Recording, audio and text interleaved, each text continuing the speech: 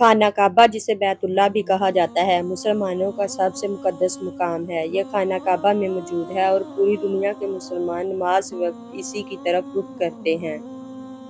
بہت سے لوگوں کے دل میں یہ سوال ہوتا ہے کہ آخر کعبہ کے اندر کیا ہے؟ آئیے آسان الفاظ میں جانتے ہیں۔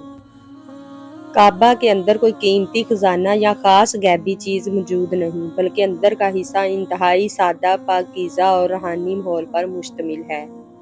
کعبہ کے اندر 3 مضبوط لکڑی کے ستون موجود ہیں جو چھت کو سہارا دیتے ہیں۔ یہ ستون خاص خوشبودار لکڑی سے بنائے گئے ہیں اور صدیوں سے موجود ہیں۔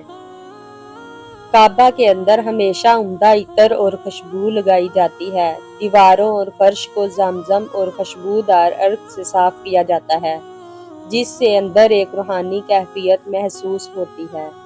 اندر کی دیواروں پر خوبصورت اسلامی نقش و نگار اور قرآنی آیات لکھی گئی ہیں۔ کچھ حصوں پر سبز اور سنہری کپڑا بھی آویزاں ہوتا ہے۔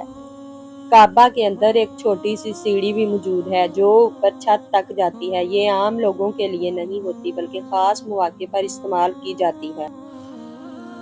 اندر کا فرش خوبصورت سنگ مرمر سے بنا ہوا ہے جو نہایت صاف اور چمکدار دکھائی دیتا ہے۔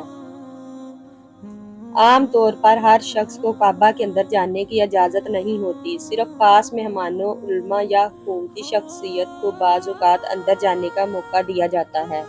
روایات کے مطابق حضرت محمد صلی اللہ علیہ وآلہ وسلم نے فتح مکہ کے موقع پر کعبہ کے اندر تشریف لے جا کر وہاں موجود بتوں کو توڑا اور اللہ کی عبادت کو خالص کیا۔ حدیث میں آتا ہے کہ نبی کریم صلی اللہ علیہ وآلہ وسلم نے کعبہ کے اندر نماز بھی ادا فرمائی تھی، اسی لیے اندر نماز پڑھنا بہت فضیلت والا عمل سمجھا جاتا ہے۔